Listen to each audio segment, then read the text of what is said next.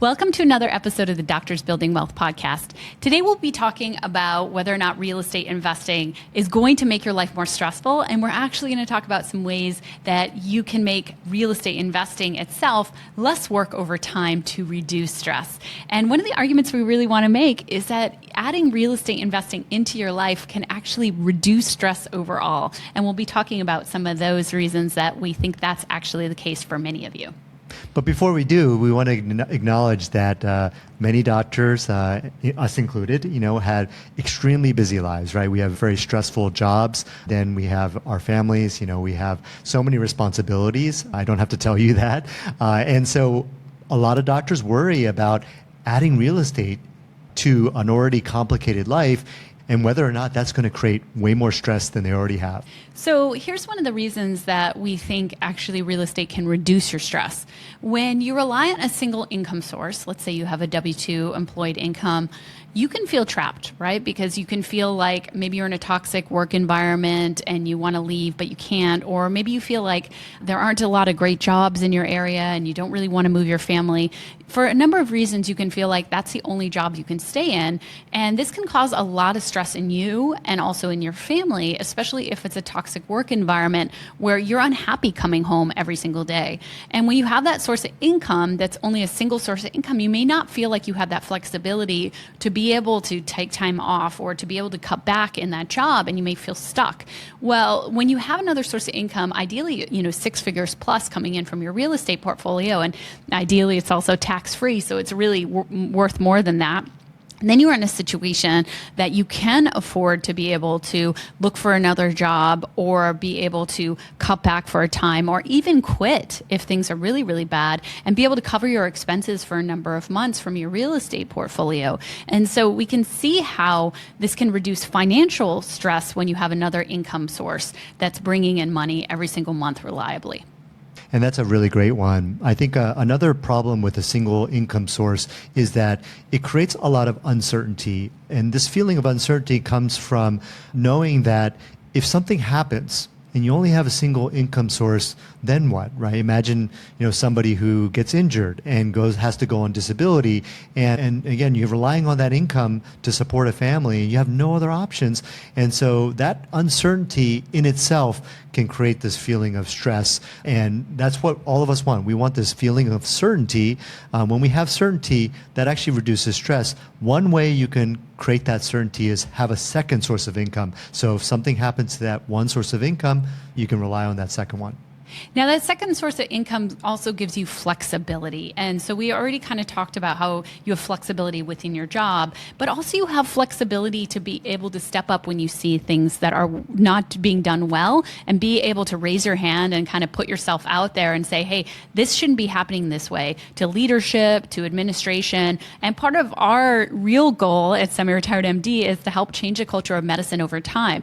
And when you have empowered doctors who don't fear for their own financial security, their family's financial security, and they have that flexibility of being able to take some time if they need it, they are willing to step up and call out the wrongs or maybe even step into leadership themselves or maybe even take a job that pays a little bit less, but it really is aligned with what they want to do in the world and what they want to contribute to the world. That makes such a difference. So it's really about flexibility beyond just having multiple sources of income. Now, one of the things we really wanted to note with real estate investing is most of the bulk of the work happens up front when you're learning to invest in real estate and then when you're buying your first property and buying subsequent properties. And that work is kind of short-lived. And so let's say that you know nothing about real estate investing right now, which is actually the case with the majority of people who come into our course, Zero to Freedom. We find about 75% of people who come into the course know nothing at all about real estate investing. And they're saying to themselves, how long is it going to take me to learn all this, to master all this, and to be able to find their first property?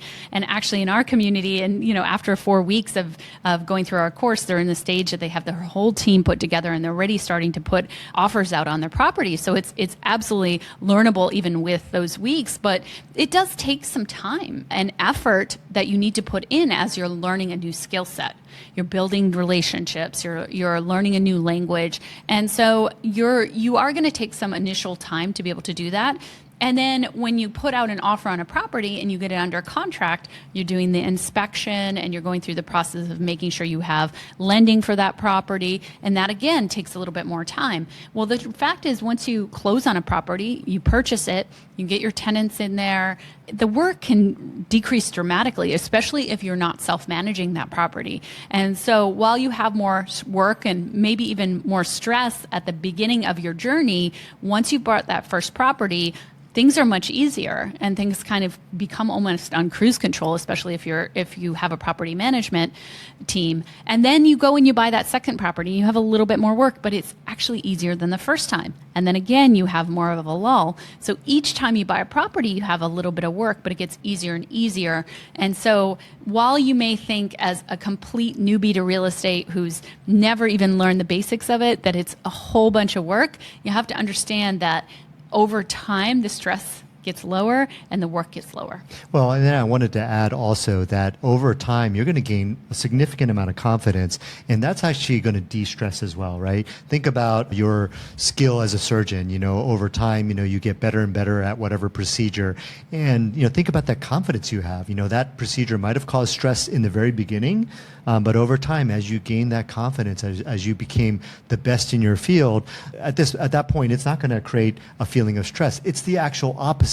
It's going to actually be a feeling of confidence, which is an incredible feeling. Mm-hmm. And so, again, just wanted to mention that, as Leti was saying, over time, you're going to build that confidence. That stress is going to completely go away, be replaced with confidence, and that is a great feeling. Yeah, and one of the other cool things you can do is you can really build systems to reduce stress. So we talked about you becoming more comfortable, learning the knowledge and skill set to invest in real estate, getting those relationships, and becoming more and more comfortable as you buy more and more properties. But you can also build in systems like have property managers, automate systems, delegate things, build a team. And there's so many ways that over time you can make the whole process of your business run even more smoothly. That's a case, let's say you own a clinic, you probably find if you've owned it for several years that first year was the most challenging and the second and third and fourth year was much less challenging because you had set up the systems, you had the team in place, and you probably were able to leverage yourself better and become more of that owner and less of that operator. And that in itself reduces stress and makes things run more smoothly and reduces your workload. Yeah, and there are so many other things that you can do to de-stress. There are different strategies. One of the biggest ones is who, not how, right? And so a lot of us stress about how am I going to find that great deal? How am I going to choose a market? How am I going to set up a short-term rental? How am I going to compete with other people who are really, professional short-term rental operators, right? These are the types of questions you sit here and stress about. But one of the ways to de-stress and one of the ways to address that problem is actually go find a who, somebody who's going to help you address all those issues, right? And make it easy. And I think about this in the context of finding great deals. And one of the things that we're doing in our more advanced communities, EB Pro, is that we go out and help each other source deals, right? And so it's amazing that somebody could actually bring you a deal. And you're sitting there, looking at Redfin every day, trying to find a deal, working with your agent, and then all of a sudden somebody just brings you a deal. And it's an incredible deal, right? And so how amazing is that? And I think the who, not how is a great way to think about how over time, building those relationships, you're going to be able to decrease stress. And what do you have to do to get there? You don't have to really learn anything. You just have to build relationships. I remember one of our dear friends is Sunny Smith, who runs Empowering Women Physicians. And I remember she got a 16-plex and she was like, I didn't have to do anything for it. Like, I had a relationship with a real estate agent. They brought it to me. It was a good deal. I bought it. And her philosophy was like, how do I make this easy? And she literally found a good deal and made it easy and made, multiple six figures on that deal when she ended up selling it. And so she made it easy and she didn't have stress about it. But a lot of it was, of course, her circumstances, but there was a lot of mindset involved too. And I think that we need to talk about mindset here because Because having stress is a choice, actually, and it's a focus, and it's also the meaning you give to things. And so stick with me here, because this sounds like wildly out there to you, because a lot of people haven't been exposed to mindset. And if you've been listening to our podcast, we certainly talk about this a lot, but maybe this sounds a little foreign to you to say, hey, stress is a mindset. But stress is all about what you're focusing on. So if you're focusing on circumstances that cause stress for you, or that you feel like aren't in your control, or you're giving them negative meanings, right? Because the circumstances can remain the same, but you can give different people can give the same circumstances totally different meanings, and one will have stress and one will not.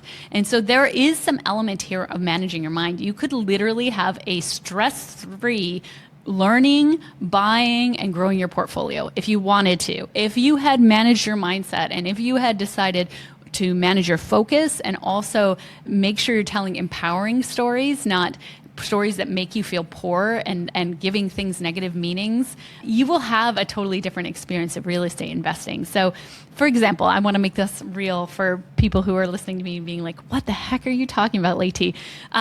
We had a property that the fence got tagged like 4 times. And so somebody would come and graffiti out the fence. And I remember the first time, we got a contractor, we figured out how much it was going to cost, and we got it fixed. Then the second time it happened again. And now the stress is starting to build, right? 3rd time, 4th time. And it's like, the meanings we could give to it is there's so much unnecessary money. I remember one of our students recently in one of our Facebook groups said, I'm bleeding out cash, right? That's a kind of story that really causes a lot of stress. And it's the meaning you have chosen to give to the situation and the story you're telling. And the story is so linked to words that give you such emotion when you're bleeding out cash, which somebody else could look at that exact situation and say, your fence got tagged 4 times. You paid $100 or $200 to fix it 4 times, but look at all the returns you got on this property in cash flow when you sold the property. And all they're doing is focusing on a different element of the same story and giving the story a different meaning, which is what an incredible deal you got, how much that added to your net worth versus I'm bleeding out cash because I'm fixing the tagging of graffiti on my property 4 times. So same circumstance, totally different stories, and totally different meanings for the same kind of situation with a property. And that's why your mindset is so important, because when you catch yourself starting to tell those stories that are disempowering, that make you not feel good, if you catch yourself, you realize it's under your control, you can switch it around right at that same moment and have a hell of a lot less stress in your life because you're managing your mind. Yeah. Well, let me give you another very personal example with our children. Whenever they're doing something new, they feel stressed. And so when I talk to them about it, I say, well, that is one way you can interpret it. But another way you can look at it is when you're tackling something new, you can say to yourself, well, this is exciting, right? Because I'm actually learning and I'm actually getting smarter, I'm growing. And you can apply the same thing to real estate, right? And I think one of the big sources of stress about real estate investing is the fact that it's new, right? And it's unknown. And so naturally, you're going to feel discomfort. And one of our favorite quotes from Brooke Castillo is, discomfort is the currency of your dreams. And so the whole idea behind that is, embrace that discomfort, embrace that feeling. And another thing you could do that I think is really helpful is that maybe that discomfort or that feeling can be interpreted as excitement. Right? And it's probably the same hormones and everything in your body. And all you're doing is shifting that kind of thought from this is uncomfortable, this is stressful, this is anxiety producing. And I might not be good at it, and I might fail, and all the other things that your fear brain is kind of telling you. Yeah, to this is exciting. I'm learning something new. I'm gaining new skills. I'm building relationships. And this is something that, if I keep at it consistently, I'm going to feel really confident in the end. Right. And so you can see that's a different meaning that you're giving to the same activity and the same experience. And it's also an empowering meaning. It's an empowering thing. And you're focusing on the pieces that are making you feel good. And you're not spending a majority of the time on the pieces and the stories that might not make you feel good, that your brain wants to offer up right in the beginning, because your brain is always looking to focus on the fear and focus all the negative things that could happen. So you literally have to train yourself to acknowledge those things that may happen and the negative, but also look at the positive and also be able to control your focus and control the meanings and choose intentionally the meanings that you give the situation and tell that story that makes you excited rather than fearful.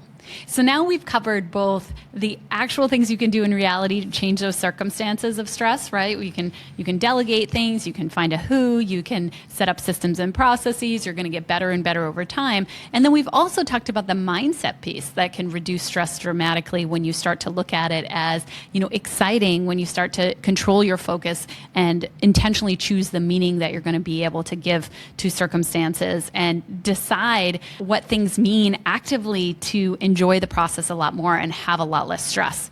And we've also talked about how, when you're first learning to invest in real estate, you can have some initial kind of work, an initial effort that you put out there and maybe some initial stress, but that ultimately over time, it's going to help you build in more confidence, have more options, have more flexibility, and also have a lot more confidence that you have multiple sources of income and you have choices. So in the long run, real estate investing can reduce stress so much for you, for your family, and just create this life that you really dream about that you don't even maybe potentially think is possible right now. We can tell you from our personal experience, we never could have imagined how quickly we were able to get this life that we envisioned when we first started investing in real estate. And hopefully that's the case for you too, is that you can take these steps, learn these skill sets, make these relationships, and be able to manage your mind, get through this process with a lot less stress, and then be in a situation where you have a life you absolutely love that you never could have imagined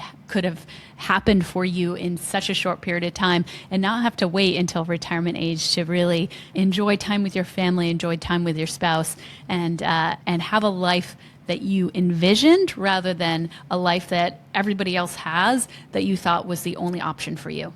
To wrap this up, I don't think the question is, will real estate cause more stress in my life? I think the right question here is, what are you willing to do? What are you willing to tackle? What are you willing to overcome in terms of your thoughts about stress to lead to that better life?